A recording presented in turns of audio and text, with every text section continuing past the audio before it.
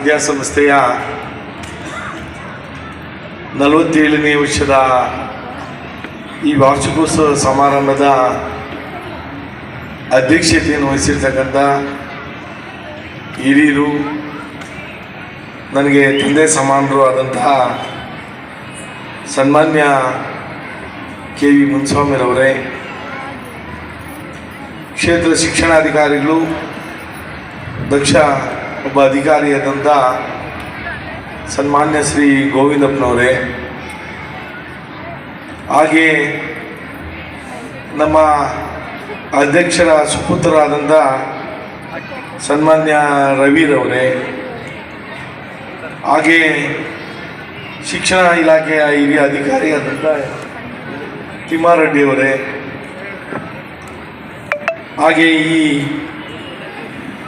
ಕಾಲೇಜಿನ ಮುಖ್ಯ ಉಪಾಧ್ಯಾಯರಾದಂಥ ಶ್ರೀಮತಿ ಗೀತಾಂಜಲಿಯವರೇ, ಮತ್ತು ಇನ್ನೂ ಬಂದಿರತಕ್ಕಂಥ ಎಲ್ಲ ಪ್ರಾಧ್ಯಾಪಕರವರೇ, ವಿಶೇಷವಾಗಿ ತಮ್ಮ ಮಕ್ಕಳ ಪ್ರತಿಭೆಯನ್ನು ನೋಡಲಿಕ್ಕೆ ಬಂದಿರತಕ್ಕಂಥ ಎಲ್ಲ ಪ್ರೀತಿಯ ತಂದೆ ತಾಯಿಯಂದರೆ, ಪ್ರೀತಿಯ ಎಲ್ಲ ವಿದ್ಯಾರ್ಥಿನಿಯರೇ,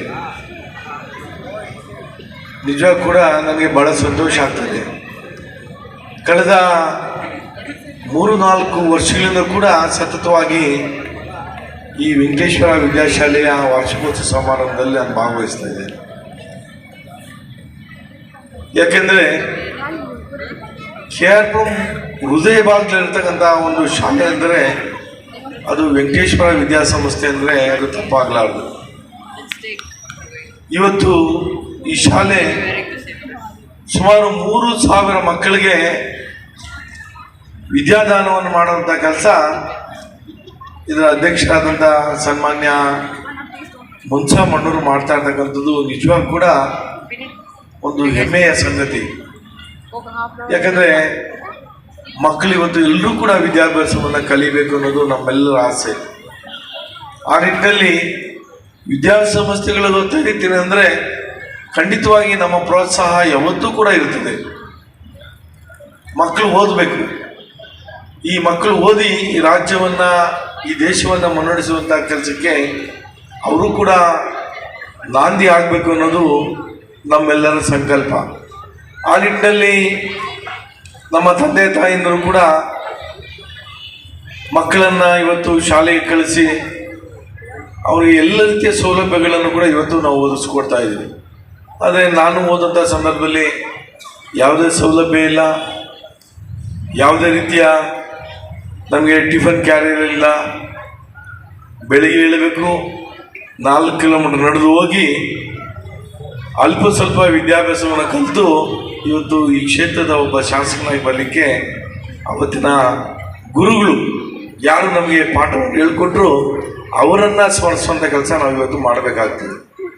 ಆ ಗುರುಗಳು ಸರಿಯಾದ ರೀತಿಯಲ್ಲಿ ನಮಗೆ ಪಾಠವನ್ನು ಹೇಳ್ಕೊಡದೆ ಹೋಗಿದ್ರೆ ಭವಿಷ್ಯದಲ್ಲಿ ನಾನು ಕೂಡ ಒಬ್ಬ ವಿದ್ಯಾರ್ಥಿಯಾಗಿ ಏನು ಕಲಿದೆ ಇವತ್ತು ಈ ಕ್ಷೇತ್ರದ ಒಬ್ಬ ಶಾಸಕನಾಗಿ ಸದನದಲ್ಲಿ ಕ್ಷೇತ್ರದ ಪರವಾಗಿ ಧ್ವನಿಯುತ್ತಂಥ ಕೆಲಸ ಎಲ್ಲೂ ಕೂಡ ಮಾಡಲಿಕ್ಕೆ ಸಾಧ್ಯ ಆಗ್ತಾ ಇರಲಿಲ್ಲ. ಹಾಗಾಗಿ ಇವತ್ತು ಇಲ್ಲಿ ಇಷ್ಟೊಂದು ಸಂಖ್ಯೆಯಲ್ಲಿ ಮಕ್ಕಳು ವ್ಯಾಸಂಗ ಮಾಡಬೇಕಾದ್ರೆ ಆ ಶಿಕ್ಷಕರು ಮಕ್ಕಳ ಕಲಿಕೆಯ ಬಗ್ಗೆ ವೈಯಕ್ತಿಕವಾಗಿ ಗಮನವನ್ನು ಕೊಟ್ಟಾಗ ಮಗುವಿಗೆ ಅವು ಸುಲಭವಾಗಿ ಓದೋದಕ್ಕೆ ಬರ್ತಾ ಇರ್ತದೆ. ನಾನೆಲ್ಲ ಕೂಡ ಶಾಲೆಗೆ ಭೇಟಿ ಕೊಟ್ಟಂಥ ಸಂದರ್ಭದಲ್ಲಿ ಮಕ್ಕಳ ಜೊತೆಲ್ಲ ಕೇಳ್ತಾ ಇರ್ತೀನಿ, ಏನಪ್ಪ ನಿಮ್ಮ ತಂದೆ ತಾಯಿಗಳು 10 ವರ್ಷ ಶಾಲೆಗೆ ಕಳಿಸಿದ್ದಾರೆ, ತಾವೇನು ಮಾಡಬೇಕಂದ್ರೆ ಚೆನ್ನಾಗಿ ಓದ್ಬೇಕು ಸರ್ ನಾವು ಅಂತ ಹೇಳ್ತಾರೆ. ಚೆನ್ನಾಗಿ ಓದೋದು ಅಂದ್ರೆ ಏನಪ್ಪ ಅಂತ ಹೇಳಿದ್ರೆ ಮಕ್ಕಳು ಬೇರೆ ಬೇರೆ ಅವರದೇ ಆದಂಥ ವ್ಯಾಖ್ಯಾನಗಳನ್ನು ಕೊಡ್ತಾರೆ. ನಾನು ಮಕ್ಕಳಿಗೆ ಹೇಳ್ತೇನೆ, ಕನ್ನಡ ಮಾಧ್ಯಮ ಆಗಿರ್ಬೋದು, ಇಂಗ್ಲೀಷ್ ಮಾಧ್ಯಮ ಆಗಿರ್ಬೋದು, ಚೆನ್ನಾಗಿ ಓದೋದು ಅಂದರೆ ತಪ್ಪಿಲ್ಲದೆ ಸ್ಪಷ್ಟವಾಗಿ ಓದುವುದನ್ನು ನಮ್ಮ ಜೀವನದಲ್ಲಿ ಕರಗತವನ್ನು ಮಾಡ್ಕೋಬೇಕು. ಇಂಗ್ಲೀಷ್ ಆಗ್ಬೋದು, ಕನ್ನಡ ಆಗಿರ್ಬೋದು, ಹಿಂದಿ ಆಗಿರ್ಬೋದು. ಎರಡನೇದು ತಪ್ಪಿಲ್ಲದೆ ಶುದ್ಧವಾಗಿ ಬರೆಯೋದನ್ನು. ಈ ಕಾರ್ಯಕ್ರಮಕ್ಕೆ ನಮ್ಮ ಶಾಸಕರಾದ ಬೆರ್ತಿ ಬಸವರಾಜ್ ಸಾಹೇಬರು ಬಂದಿದ್ದಾರೆ.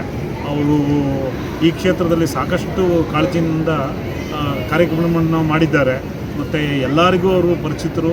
ಅವರು ಯಾವುದೇ ಒಂದು ಕಷ್ಟದಲ್ಲಿದ್ದಾಗಲೂ ಅವ್ರ ಹತ್ರ ಹೋದಾಗ ಇಲಾಖೆಯಿಂದ ಏನೇ ಕೆಲಸಗಳಾಗಬೇಕಾದ್ರೂ ತುಂಬ ಸಮಾಜದ ಕಳಕಳಿಯಿಂದ ಅವರು ಕೆಲಸವನ್ನು ಮಾಡಿಕೊಡ್ತಾರೆ. ನಮ್ಮ ಸಂಸ್ಥೆ ಬಗ್ಗೆ ಹೆಚ್ಚು ಒಲವಿದೆ, ನಾವು ಅದಕ್ಕೆ ಸದಾ ಚಿರಋಣಿ. Okay, thank you. ಧನ್ಯವಾದ.